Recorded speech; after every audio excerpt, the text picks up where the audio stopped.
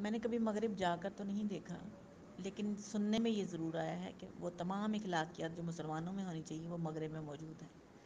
اور وہ تمام غیر اخلاقی حرکتیں جو ان کے پاس ہونی چاہیے وہ مسلمانوں میں موجود ہیں، سوائے کلمہ پڑھنے کے فرق کے ان دونوں میں اخلاقیات کا اپوزٹ فرق ہے، دونوں اپوزٹ ہیں۔ اس کے ساتھ ساتھ مجھے یہ چیز بھی اب صحیح لگنا شروع ہو گئی ہے، وہ عورتیں جو اپنے اوپر ڈیپینڈ کرتی ہیں۔ ہمارے ہاں بھی تو سوسائٹی میں یہی چیز انجیکٹ کی جا رہی ہے، اور کسی حد تک اس چیز نے اثرات بھی ڈالے ہیں۔ یعنی ایک عورت جس نے جاب بھی کرنی ہے، جس نے گھر کے کام بھی کرنے ہیں، جس نے بچوں کو بھی دیکھنا ہے، جس نے باہر سے سبزی سودا صرف ہر چیز لے کر آنی ہے، مرد نے، اور اگر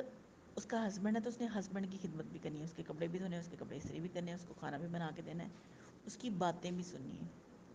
وہ مرد جس کا کوئی کنٹریبیوشن ہی نہیں ہے،